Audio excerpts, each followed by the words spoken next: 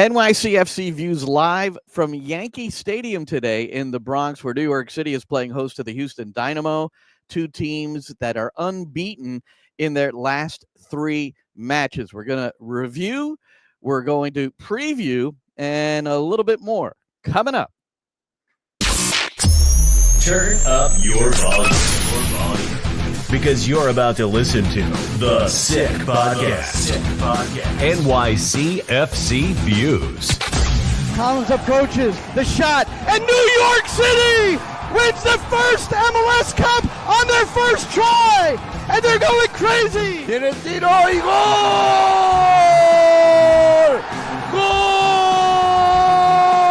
Gol! New York City es el campeón de Major League Soccer! The sickest New York City FC podcast.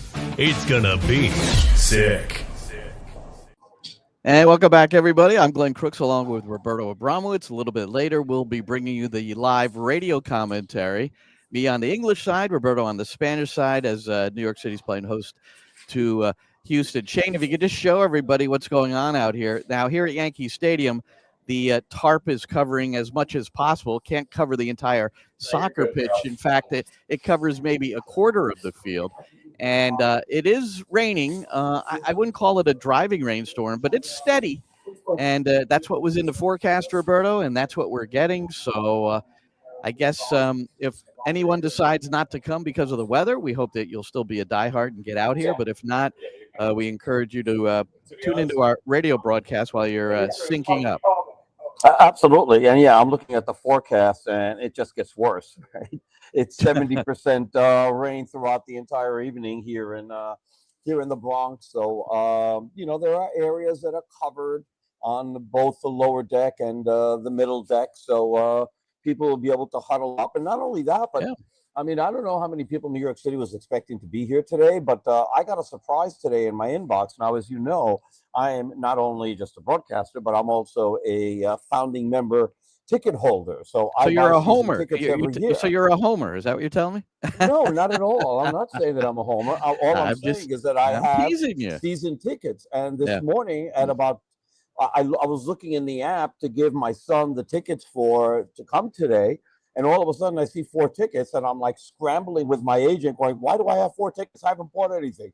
And then I saw an email saying, hey, we're giving away 2 tickets to our, I don't know if it's to all season ticket members or founding members, but all of a sudden there was not only 2 tickets, but like my section's 228.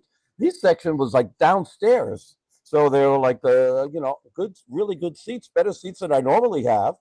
And so my son's bringing 3 friends to the game. So very happy about that. I think it's a great thing by New York City.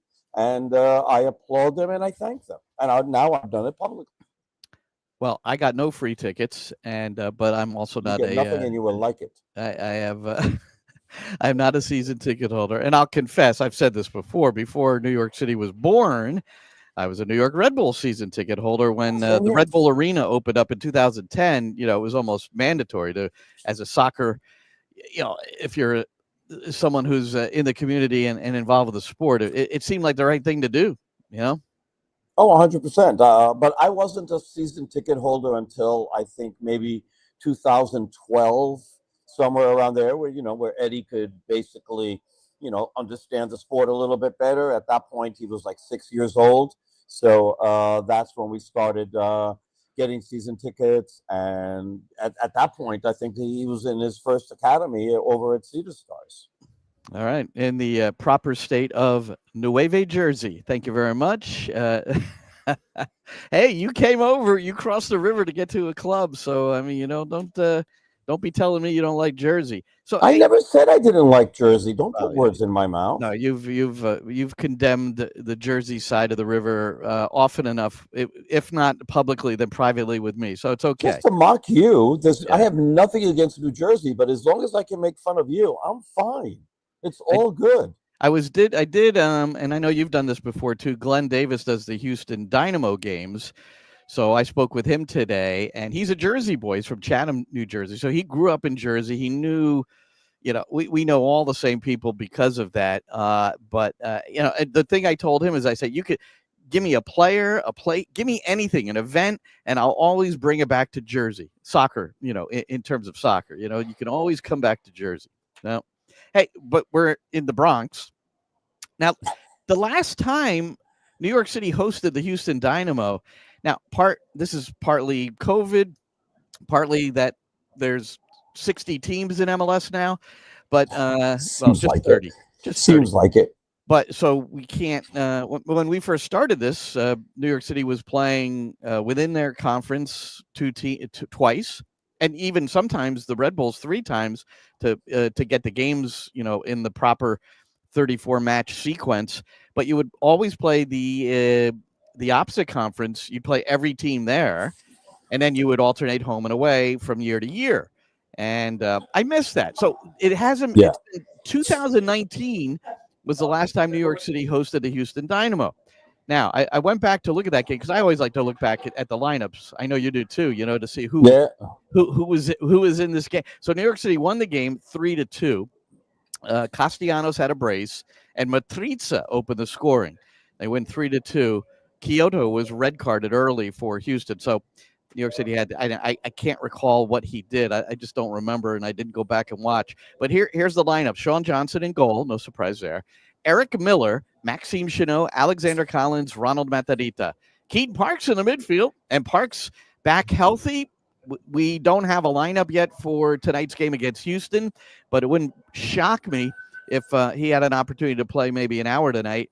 Alex Ring joined him. Gary Mackay-Steven. Everybody forgot him. Jesus Medina, and then Matriz I mentioned, and Eber was the starter at striker. Castellanos scored his brace off the bench for Eber. So anyway, that's a look back at the past. But wait, there's even more to talk about though. When you look at Houston's lineup, so Romel Kyoto was red carded in the game, as you mentioned, and obviously that sort of spun things around. New York City had gone ahead 1-0. We're down 2-1, and then tied it up late. But Tommy McNamara was in the lineup for Houston in that game. Wilmer Cabrera was the coach for Houston, and Dome Torrent was the coach for New York City, the brand new coach for Rayados de Monterrey, La Pandilla. So he's over there with my friend Tato Noriega, who I worked with at ESPN, and he is now the president of Monterrey, and he went and hired Dome, who we all know and love from our time here in New York City. Yeah, in 2019, when Dome was the manager, the head coach, that was from a regular season standpoint, that was the best season in New York City history, and they played some of the best soccer. And I think that's not a bad lead into Pascal Janssen and the New York City Football Club, Roberto. We both sat with Pascal this week, and the thing that I'm noting now in these last few games, 3 unbeaten. And I think they all had a semblance of this, is that the team is becoming more comfortable playing Pascal ball, which describes in the pregame show, which I'll have on my commentary later. It's about getting more numbers in the area. It's simple mathematics, and that starts with getting Justin Hack working at the back, but when in possession, he's a midfielder. It's really interesting to see how the system works and how important Justin Hack has become for this team. I mean, it's seriously an important player that has played a multitude of positions, and now is playing 2 different positions depending if you're in possession or you're defending. And now we've got Hack 2 games in a row getting key assists when he didn't have an assist for New York City throughout his entire career. And now in 2 games in a row, he's set up goals. So he's becoming more comfortable with the role. He got to the byline, in that last match on the assist to Mounsef Bakrar. So Bakrar, let's talk about Bakrar, but let's hear the goal. This is on the English commentary side. No, this is not. Forgive me. This is not Bakrar's goal. Bakrar, though, had another great moment, and well, let's get to that, and then we'll get to the whole Bakrar thing. Sorry, I'm still recovering from my trip to Italy. Not sleeping well. But anyway, Bakrar did something, and it was a matter of a recovery to intercept a ball and start a counterattack. And here's that call, and this is the game-winning goal scored by Hannes Wolf from Julian Fernandez. So we're going to talk about those three guys specifically after we play this. It's Kouame on the right. Kouame, can he get loose for a shot? He tries to go square, and give credit to Bakrar. He recovered from his forward position to intercept, and now he's racing to the right of Maxi Morales. He gets ahead of Morales, now underlaps Morales. And now it'll be Fernandez to the byline. Clips it back, and it skips past Hannes Wolf, but he gets back on it. With the right foot, he shoots, and he scores! Hannes Wolf! Mounsef Bakrar recovered, intercepted, and started that counterattack. Got it to Maxi Morales. The ball eventually landed on the feet of Hannes Wolf. He spun, got it on the right foot. He doesn't often like shooting with that, and he curled it past Chris Brady, back post side, and New York City takes the 2-1 lead. That might have been, Glenn, Mounsef Bakrar's finest 45 seconds in a New York City FC uniform. I mean, the part where he and Pascal, I don't have that cut, but he addressed that too, how extraordinary it was for him to recover. Pascal put it at 60 or 70 meters. That is, he came from the forward line, recognized what was going on, got himself positioned, I think about a yard inside the penalty area to intercept. And then when he got it to Maxi, he overlapped Maxi initially. Then he came in underneath. I mean, and that caused a little unbalancing of the back line, and that really made it apparent that Fernandez could get on the ball, and then Wolf got it done. You know, you talk about the 100-yard dash. This is the 200-meter that he did, basically, because it was full sprint back, and he saved a goal. There's no doubt in my mind that he saved a goal. It would have needed a miracle save or a shank for that not to go in against New York City. And then he goes and he forces a counterattack and then pulls a defender, which helps Wolf find space to be able to score. So, I mean, that was just such a fantastic play. And look, and we have been very critical of Mounsef for some of the things that he hasn't done and his lack of scoring. But when he does things well, and this goes for just about anyone, you know, we will praise them when they deserve it, and, you know, we'll be critical when they deserve it. It's, you know, we're not just like one-trick ponies that we're always hitting on somebody, can never find anything good when, you know, we decide somehow that he's not, you know, playing well or he's not a good player, and then you just keep on hammering him. No, that's never. Well, Bakrar, well, and I probably wasn't very clear, and those who follow the team understand that he scored the opening goal to tie the match up. And he now has one goal in 359 minutes. He snapped a 466-minute drought. On the year, he's played 14 games, 3 starts. He's only taken 7 shots attempted and only 2 on goal, including the one he finished. So the hope is that this will ignite something in him because it's, well, he's needed. He's needed, as is Julian Fernandez and Hannes Wolf. Now, when Wolf scored the goal, Roberto, we were both on the same wavelength with this one. He had gone 740 minutes without a goal. He scored a brace, his first career brace, against Atlanta in the 4-3 loss down at Mercedes-Benz, and it had been 740 minutes since. And it's a game winner. And he took it with a right shot, right foot, and we're going to get to the right foot of he and Fernandez. Can I do that now? Right? All right. Do it. So Fernandez served with his right.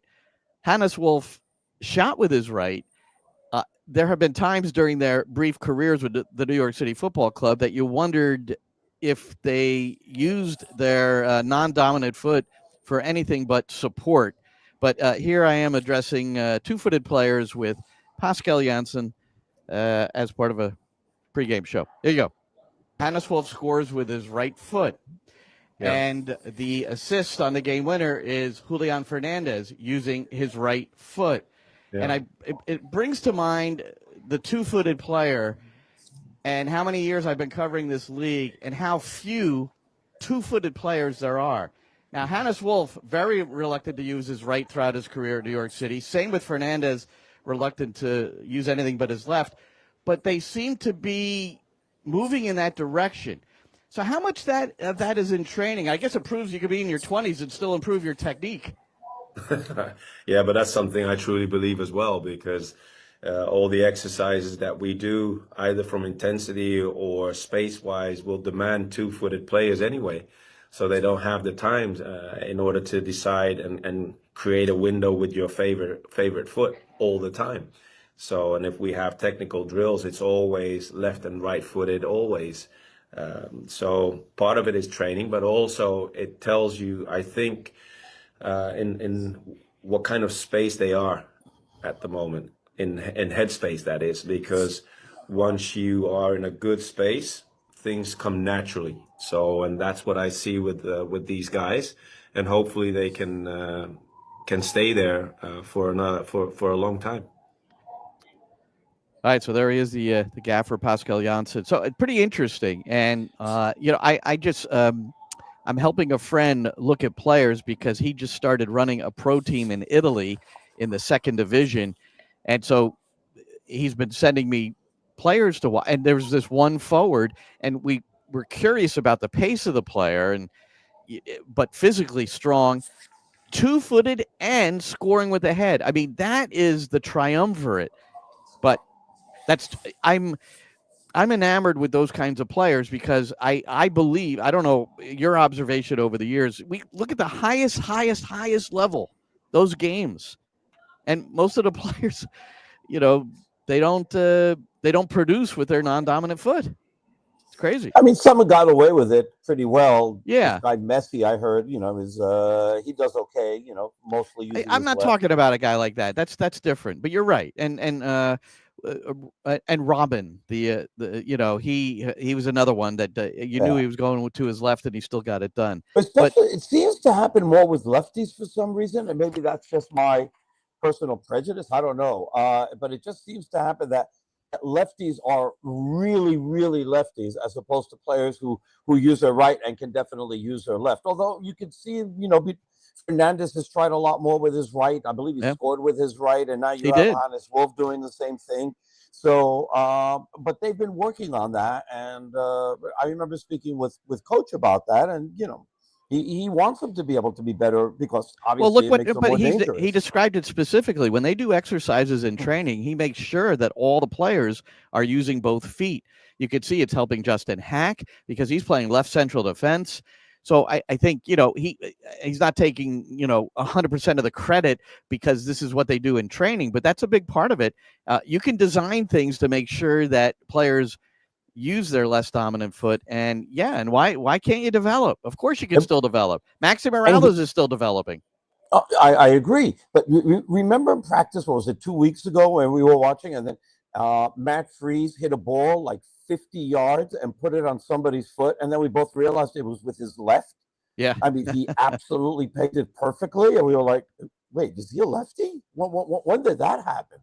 And it's not only, guys are on field, but, guys in goal as well. And so Freese, I mean, he's gotten better with his feet, and if he can hit that ball, wow. But also some of his distributions with his arm. Well, we're going to show this one to Ojeda with Pascal Janssen first, describing it, and then you'll see the clip as well. And because I asked him about how he's launching these whipped throws, and the one he got into Ojeda was brilliant. So here's Pascal addressing that about Matt Freese.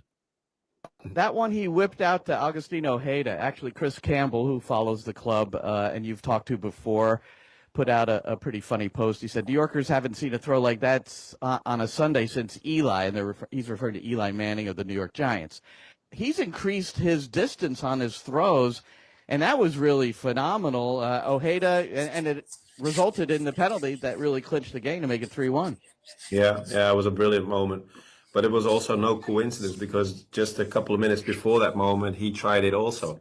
So it's in his toolbox, and it's an interesting conversation that we had with Matt and Rob together to see what kind of tool you can use in order to maintain a certain accuracy when you go for these type of moments. There are goalkeepers that are really comfortable with their feet playing the half volley or the drop kick, and Matt is very confident of his throw. So we did this in practice a few times, and making sure that we understand the timing and where the ball should be played, and be aware of the surface that we play on as well, because playing on turf or dry grass or a wet pitch can also be of influence in these type of moments.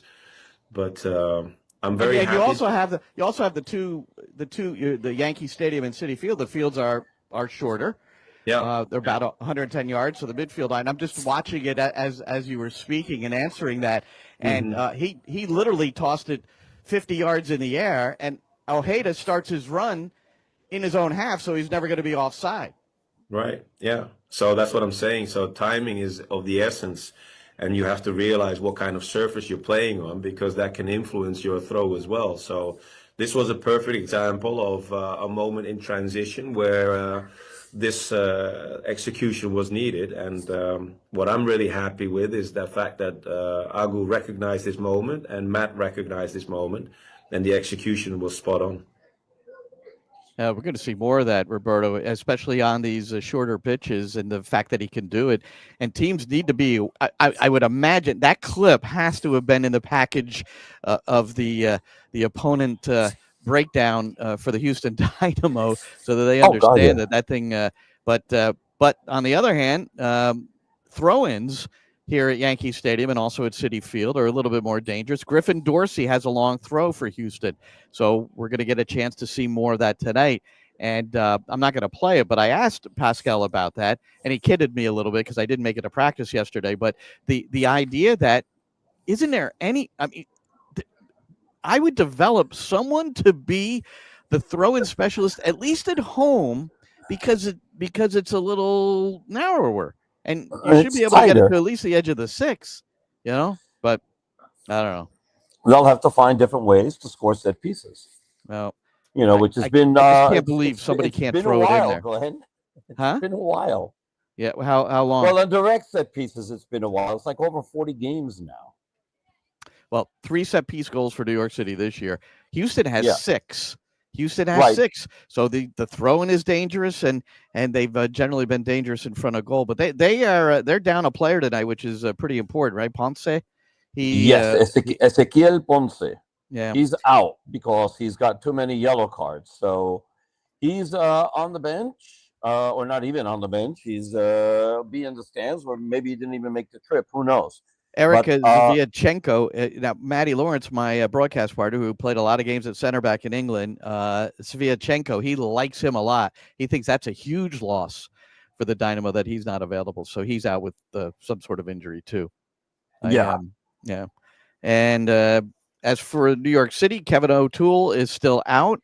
And Pascal Janssen, he seems to be reluctant to really get into it as to what's going on with O'Toole. We know it's a knee, but it's not to the point where there's surgery being considered. So it's a process, and I guess until he's 100%, they're not gonna risk it and put him out there. No, absolutely. And I just want to go back to the free kick goals. So the last direct free kick goal was Hannes Wolf against Philadelphia last season, May 15th, 2024. So it's been a year and 13 days since the last free kick goal. And if you want to put that in games, it is 40 games, 40 regular season, overall MLS games, rather, 40. That includes playoffs. Wow. Since the last direct free kick goal for New York City. Well, we should do a little pool. Like who we think will get it and when. Wow! Come on, everybody put in $10. Come on, man. You won't part with $10, but excuse me, I won't have to. I'm going to win. Oh, okay, all right. Well, we see if our boys will agree to this, so we'll throw it into a pile. And I mean, off the top of my head, as we're trying to decipher who might score the next free kick, I think now that Burke Reese is a regular, I think I think we're going, because he scored a set piece goal at Coachella. I know I've talked about it before, but I was kind of surprised, but he must be showing something in training. Then he lost his spot and hasn't been playing, but this will be, if he starts tonight, it'll be his 4th straight start, I think. And so I'm giving my early choice. I'm going to pick Bakrar. See, it's funny because I was probably going to do the same thing. And so we'll have to see. By the way, I'm getting a weather report from Eddie, and he says that that according to the weather app, there are thunderstorms in the area at the time of the game. So we might be in for a longer night than usual. Well, we've had those here at the stadium and at Red Bull Arena, and we've had some. I remember the one. Those are two memorable ones, because the one at Red Bull Arena, we stayed on the air until 11 o'clock at night, from 7:30 to 11 o'clock at night, and there was no game. And then we all had to go home. And our good friend, PR director Sam Cook, destroyed the bottom of his car outside of Red Bull Arena in that rainstorm. So I remember that. And then the other one was against Pumas. Yeah, that's the one where that one. I checked on the Guinness Book of World Records to see if Maddie and I broke a record, but we didn't quite get there. But we were on for I think it was over 8 hours straight. I know you took a break. No, you took a break. I remember you did. Yes, you did. You did not stay on straight because we went over this. I don't know how the heck we did it, or I don't even know why we did it, except once an hour. We just did a talk show. We just did a talk show for 8 hours. Okay, and the other thing I remember from that game is that it wasn't Apple TV at that time. I guess, I don't know if it was ESPN or Fox or whoever it was. Oh, that's right. They lost the Univision. Univision had the game, right? And Univision lost the audio, and then like everybody came to the app, and or at that time it was just NYCFC.com/radio, and you and I got ridiculous numbers because That's right. Because they went dead. Well, I think they lost the video too. They didn't lose the audio. They lost everything. So the only way to get the game was us. The expectation is that those that follow us and follow the team will take the effort to sync up the radio with the Apple TV broadcast. Now, on home games, the English side is fortunate. You can do that right on your screen and just click down. It's not yet available on Spanish. We keep pushing for that. Nonetheless, you can still sync it up. So it doesn't. You just have to. Basically you have pause to and then go. Press pause on our app or NYCFC.com. It's on us because the Apple TV broadcast is about a minute and a half behind, and we're only like 5 to 15 seconds behind, depending on the day. So you got to hold us to wait for the TV signal and then sync and go. You just go at kickoff to start the game and kick off second half. That's how you can sync things up. Houston is coming off a very interesting game in San Jose where they go up 2-0. Then San Jose comes back and they lead 3-2, and then Griffin Dorsey scores in the first minute of stoppage time, 3-3. So that's got to be a feel-good point, man, when I don't know, the range of emotions in a match like that, and it was certainly fun to watch too. But that's what Houston is coming off of. And here's a team, Roberto, that won 8 road games last year, which is a franchise record. They've only got 1 this year. Yeah, it's a different. By the way, have you seen how many goalies they've used this season? They've used 4 goalies. I have never seen that before. Andrew Tarbell, Blake Gillingham, Jimmy Maurer, and he's the one who's played the least, and he's played in 2 matches already. Yeah, they all have multiple goals. Jonathan Bond is the new starting goalkeeper. He's appeared in 7 games, 20 saves, 10 goals allowed in those 7 games, and he's got 3 shutouts. Well, he was the man of the match for Houston against San Jose. That game could have been 6 or 7 to San Jose. Seriously, it was unbelievable. No, I know. He really had some fun. Yeah, San Jose is a lot of fun. We love Bruce. We love the Bruce. So that's Houston. So they come in unbeaten in 3. So perhaps they've started to feel it a bit themselves. Although you look at their schedule and some of the results, and there's some odd ones along the way. But most recently, they beat Minnesota at home. That's a good win, 2-0. They won at FC Dallas, so there's their road win. That was May 17th, and then their most recent game at San Jose was a 3-3 draw. Nashville, by the way, which is coming up this weekend. We're not certain whether we're going to have a podcast yet or not, but we'll try. We'll see what happens. We might do one Friday night. We get to Nashville at a decent time. Yeah. We should probably be able to do one. And then let's remember, we're going to remind everybody that game's at 4:30. It's not a 7:30 game, so it's a 4:30. The broadcast will be 4:15 for both of us. Okay. Yeah, and it's Nashville. They have not lost in their last 8 games. That's where they're at right now. Tough one tonight. They're in Columbus, so that's one of the games to watch tonight. I think, obviously, for us to go back and watch again at some point anyway to get ready for Nashville. But that when I look at all the games here, and poor Montreal is in Miami, with Miami a little ticked off these days. I think where they have 1 win in 7 or something like that. And they've been playing pretty poorly, having to come back. They can't defend. It's going to be interesting with the Club World Cup coming up. I just saw something on social media saying that they're having a really hard time selling tickets in Miami at Hard Rock Stadium for their first game. So all of these ridiculously expensive tickets that everybody thought, they're coming down in price. Trust me, everything's coming down in price. Just wait. Everybody should wait till game day to get your tickets. I'm telling you, there aren't going to be any sellouts. So I don't think, right? I don't want to say that, and then there is one, but we're not sure. But yeah. But you got the final at MetLife. You have semis at MetLife, and one of the quarterfinals will be at MetLife too. Here in the metropolitan area. So if you're into it, and by then, you've got a good look and feel for who the better teams are, and they're going to be there at the end. Absolutely.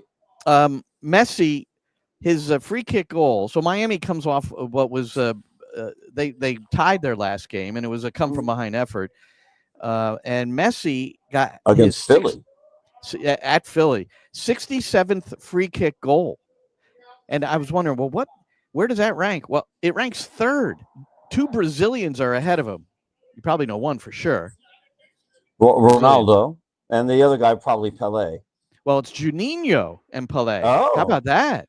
Juninho has 77. Be up there as well. Well, I didn't see it. I just saw the top 3. It should be. Can we go to some of the comments while we're around here and talk, because John Rojas has done some research for us. Okay. And there we go. All right. 620 goals with his left, 98 right. Ronaldo, 524 right, 147 left. Yeah. So, Messi, as we said, he could score with his right, but most of those are probably closer to the frame. He's not hitting any rockets from outside with the right, unless somebody pulls out a video. Put KP up about the Spanish, and then we'll get back to John here, because the Spanish commentary is not available on MLS Season Pass. That's what we're saying. We're not happy about that. English is, Spanish is not.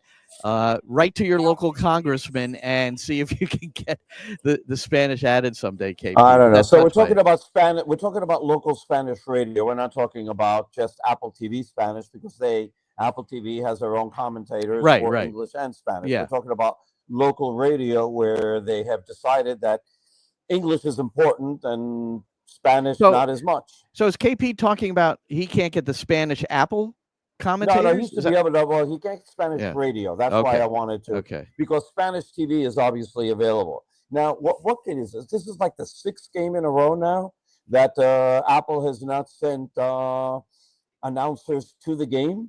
So, I don't even know. I don't even know who's on the game tonight. Vista. I don't think they're here today. No, they're not here. Their studio looks pretty dead.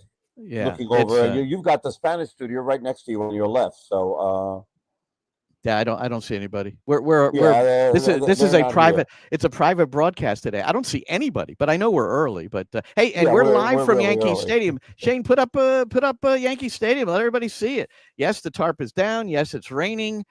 It's not one of these rains where you couldn't sit out there and root for your team. I'm telling you right now, even though Roberto has shared the forecast, which his son Eddie has provided, the meteorologist in the family, and it's supposed to pretty much rain. And that was the forecast 2 days ago, yesterday. And it's still part of the plan. And as you can see, a portion of the soccer pitch is covered there, but it's not possible to. They don't have the tarp for the. It's a baseball Yankee-owned stadium, and they're worried about the infield and the pitcher's mound. Yeah. That's what they're really worried about. Everything else is extra. Yeah. One other thing, Seymour Reid. I skipped over this. Seymour Reid signed a homegrown contract. That's somebody that we've met, and he's been on a trip, and he's made his debut. In fact, he is the youngest player. I just want to make sure I get this right. He is the youngest player to debut for New York City FC. And it was right at the same time as Maximo Carrizo. Carrizo stepped onto the field first. He was the youngest for about 2 seconds. And then Reid came on as they both came on together. But congratulations to him. And Jamaican kid, U17s for Jamaica. And he's someone who has a profile that I think they're looking closely at. I don't know when it's going to happen. He's at training a lot. If Bakrar emerges as a more consistent threat to be the reserve for Alonso Martinez, or come in late in games to team up with Martinez, as we've seen, then there's no need to bring him in. Yeah, but there's going to be a need because that Martinez is going to go to Costa Rica. Yeah, and play with the national team during Gold Cup. Seymour Reid, in 11 games for New York City FC2, has 7 goals in 873 minutes, 23 shots. He leads the team in shots with 23. He leads the team with shots on target with 16. So he's having a really, really good year with NYCFC2.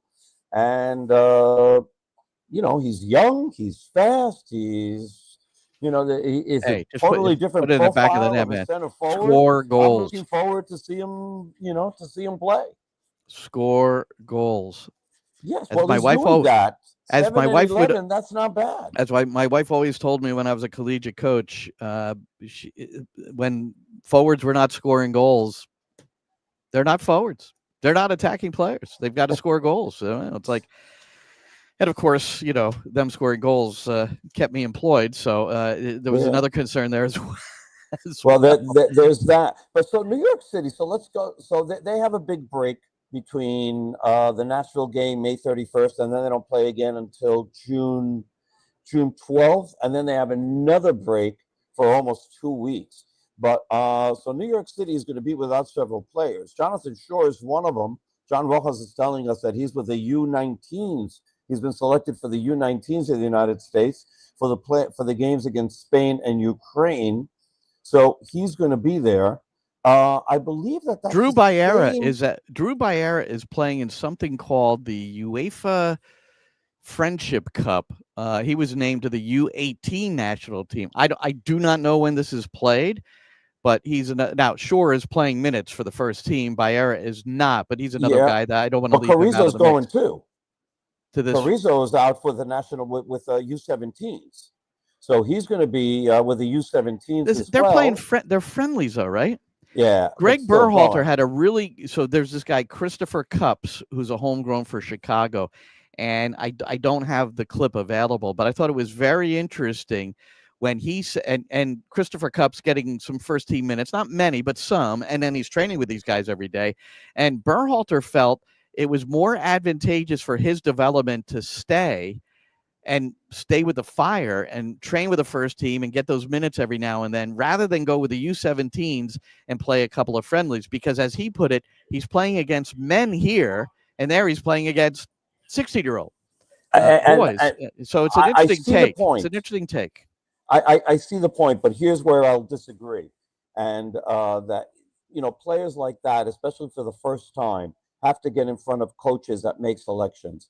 And if you're not there, you're not being able to show yourself. And if coaches get familiar with other players, they're going to wind up selecting them over you. So I feel that it's important to be able to go there, to get to know the coaches, that the coaches get to know you. And out of those opportunities can be born bigger opportunities. So No, I'll disagree with Berhalter. I agree with how he feels as far as the development of the player and what's better for him just to be able to play. But if you never get a chance with the U.S. national team or whatever national team, that you may never, ever get that chance again, because that's personal relationships are important. It's a conundrum because they're friendlies, and his point is they're friendlies, and I fully get it. You know, it's. I'm not saying I even 100% agree. I'm just saying I thought it was something to ponder. I really felt like, whoa, yeah, I never really looked at it exactly that way. And it's not like he's losing this. You know, this guy's not an integral part of what the Fire are doing. He's getting some minutes, but so it isn't like he's trying to keep him because he's their starting midfielder, something like that. We had a situation here, Glenn, with Maximo Carrizo, who probably would have benefited in his career or in his development to up it a little bit had he not gone with the United States national team, the U17s, to qualify for the U17 World Cup. Because that's different. Because one of the games was a 22-0 blowout. The other game he didn't play, and then he did play against Cuba, and it was 2-0. But the level of competition that he faced there was very different from the level of competition that he would have faced at Coachella. Yet he captained that team, and he's an integral part of that team. Had he not gone, would that have happened, and would he have been selected again? Yeah, it's hard. So I understand. That's a qualification. Even though both ends. Even though you could probably predict what those score lines were going to be, it's a qualification situation. So that you go to. All right. Well, it's a good conversation, Roberto. Good conversation. What else do we got here of note? I had something for you. Okay, good. I had something for you. How about this? Oh, and we're at Yankee Stadium, by the way, getting ready for our broadcast of New York City against Houston. Go ahead, Roberto. Okay, so do you know that Matt Freese right now is the leading goalie in New York City history as far as goals against average is concerned? He has lowered his goals against to 1.17, and he has now bested Sean Johnson in that, whose goals against average was 1.19. Now, of course, that could change. He got out 3 goals today, and it switches, right? Right. That changes. He's now number 2 all time in shutouts with 16, breaking a tie with Josh Saunders, but he's got a long way to go to catch 60 to catch Sean Johnson, who's 54. Well, I'm going all comps. I guess, I'm going all comps. That's what I have on my score sheet here. So what do I have all comps? So Matt has 20 clean sheets all comps. Johnson has 60. So but it's a similar gap nonetheless. For Freese, whose 6 clean sheet a couple of games ago was 1 more than he had all of last season. So that's pretty wild. Wild. And now he's number 2 all time in wins in goal in the regular season with 25. Got a long way to go to catch. Unless he gets recruited and massive fee and goes to Europe, he's going to be the New York City keeper for a long time.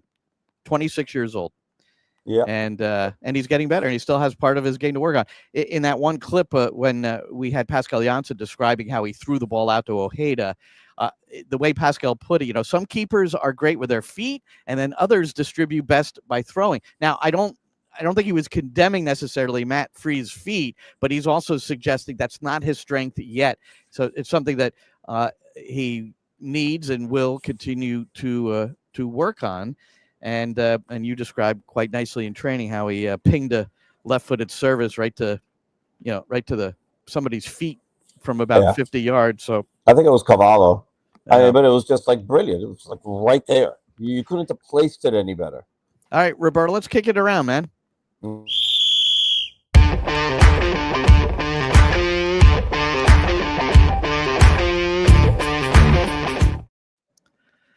I don't want to spend too much time on this, but I do want to at least show a couple of things that I was able to observe in my, 18 hours in the air and 19 hours on the ground in Naples, Italy. That's how it worked out for me. Serendipity, Roberto. Game scheduled for Sunday. We had the Fire match to call against New York City FC. Then they moved the game to Friday, and it was like, oh, maybe I could sort this out. Because I'd already gotten tickets for a friend. this guy Joe Barino, whose daughter I coached. So it was cool. So he was all happy, but he wanted to bring me. I said, I can't go. And then I went. So when we landed, one of the first things we did, now it's the morning. We landed at 7 a.m. The first thing we did is we went, because I had to get a pizza. Like if you go to Naples, you have to have pizza. So show the pizza, Shane. This is what I got. So this is like 9 in the morning. You don't have the pizza? He ate it. Oh, that is a bummer. Did you not send the pizza? I did. I know I said it doesn't matter. It's a Neapolitan special. So when you see it, you would understand. It looked yummy. I saw it. I saw the picture. It looked very yummy. Then we kind of had time to do a little tour. This is the only chance I was going to be able to get downtown and see all the Maradona stuff. I mean, you talk about a guy still alive in that city. I mean, the worship of Diego Maradona in Napoli is absolutely crazy. Now, Shane, do you have the picture of me in front of the Maradona mural? No pictures. Okay, so I might have done a poor job of sending. I'm certain I put them in the text. Aniello. Well, we saw what happened with the videos when you put them through the text. Yeah. All right. Oh, what's going on in this Chelsea match? We probably should have. Chelsea was down 1-0. They're up 3-1 on Betis in the 87th minute in the Europa Conference League final. And there's a shot of the Betis fans. They were rejoicing early on. Anyway, not happy now. I forgot I was going to monitor that a little bit. But anyway, so Maradona's everywhere. There's this mural, which is one of the most visited places in Italy. I mean, the guy is worshipped. But then the most important part of the trip is going to the game, Napoli Cagliari. And this was the second goal is the one that really clinched it, and it was by Lukaku. And I think we do have that video.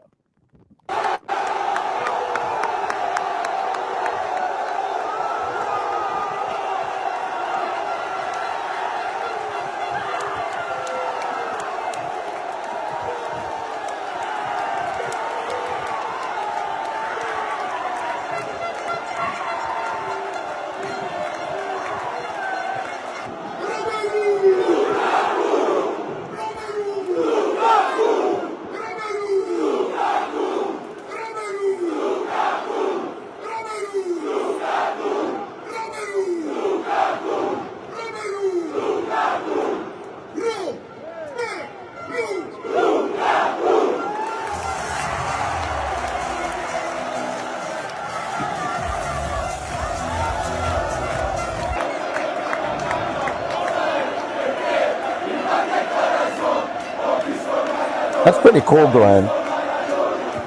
Did you see the videos of the fireworks after the game? Did you see the videos of the fireworks? Oh yeah, we walked to the train station after the game and saw a lot of stuff, but we were not. We didn't want to go to the plaza, which is where there were a couple of plazas where people were getting nutty, and there were a lot of fireworks. There wasn't a place in the city that wasn't out of the streets and celebrating. Well, the coolest shot is that one from well above, and it's all the fireworks going off and the lights and everything else. And the camera pans wherever this was taken. I don't know where, pans. And then all of a sudden you could see the top of Mount Vesuvius. I don't know if you saw that clip on social media, but man, was it cool. And because I had forgotten, going to Naples, there's Mount Vesuvius. If I had more time, I would have gone up into the... I'm just happy that you were able to make it back to Newark Airport in one piece and land and get out of there. Newark Airport, how about that? At the time. How about that? Not a single delay, either going out or coming back in at Newark Airport. The much talked about. It's been nightmarish over there, and I feel terrible for all the guys who have to guide the flights. I mean, it's a horrendous situation that's going on over there. But the explosion after the McTominay goal, which was the game winner, and that's Inter Milan. They're up in their game because that's what it was, a 1 point difference. So if Milan won, if Inter won, and Napoli lost, then all bets off, or tied. Then it would have been Inter winning the Scudetto. So that's a lot of people have asked me, have I ever heard anything like that at any sporting event I've been to? And no, I have not. No, I haven't. It was fantastic. Speaking of champions, yes. How about Gotham FC And going up to El Volcán, up at in Monterrey, and beating Tigres 1-0. They probably should have won that game by a lot more than 1-0. I saw the whole game. Oh, good. I did not see the game. Fully dominated. I mean, they dominated, and they missed 2 penalties. Mitch Purse missed the first one, and then Esther missed the second one, but she was able to get to her rebound and put it in, and that's what won it for them. But the goalie for Tigres, and I'm blanking on her name right now, but she was absolutely spectacular during the game, and she saved their hide. But it was like a constant power play for New York City FC. There should be a huge difference between NWSL and the Mexican League that just started not too many years ago and just finally started to bring in, foreign players and all that. They had Mexican players who are playing almost nothing. But the support from the fans has been fantastic. And one of the things that the huge difference, the biggest difference between soccer, women's soccer in Mexico and women's soccer here in the United States, is that the Mexican League is, just the women's teams of every Mexican team. So if you're a Chivas supporter, you're going to go to see the Chivas women. If you're an America supporter, you do that. And in this case, Tigres supporters, and they came out, and they had over, I think the crowd was like 17,250. Yeah, massive crowds. Yeah, real good. They were loud. And but congratulations to Gotham FC winning the first CONCACAF W Championship. And I'm glad that CBS broadcasted it. Not only CBS, but ESPN Deportes broadcast it live. And I got a chance to see it, and happy to see it. And congratulations for Gotham. I'll be going over to training soon to talk to Juan Carlos Amoros for my show. He comes on once a year, and I think he's a fabulous coach. Hey, goalkeepers, Matt Freese. One thing we should say, now he's on that 27-man preliminary or roster for the friendlies, not necessarily going to the Gold Cup yet, but he's in a situation where, and I see that who was called it? Chris Brady. Chris Brady was called today to replace Patrick Schulte, who's out 3 to 6 weeks, according to Wilfred Nancy, his club coach at Columbus. Zach Steffen is also injured, but Chris Armas had made it seem that it's not a long-term thing, so he might be available. But my thought is that could this be the chance for Matt Freese to get it? Matt Turner's going to be there, and you got to figure Pochettino's going to start Turner in the first match. But will he play in the second one, maybe, Matt Freese? The thing is, Matt Turner hasn't played a real game in a long time. When Crystal Palace played their final 2 FA Cup games, which he had been starting, they went back to their starting goalkeeper, and they wound up winning their first ever major trophy. So, I don't know. Do you play the guy who's playing every day, who's got a ridiculously high save percentage, has a ridiculously low, goals against average, makes absurd saves in, almost impossible situations? Or do you play the guy who's playing in a better league, or actually I shouldn't say that, who is sitting in a better league? And play the guy who's playing. It's so difficult. It's so difficult. It's a hard one. But Turner did not show well in the 2 games in the Nation League, and you can make a case where, and a lot of people did, that he was responsible for goals that cost the United States victories. Yeah. All things to more things to ponder. Boy, there's a lot to ponder after this podcast, Roberto, and I appreciate that we have a chance to talk about Matt and New York City FC and their opponents tonight, the Houston Dynamo. As it is, look, I'm going to turn up the effects here. Listen, you can hear the rain. Listen,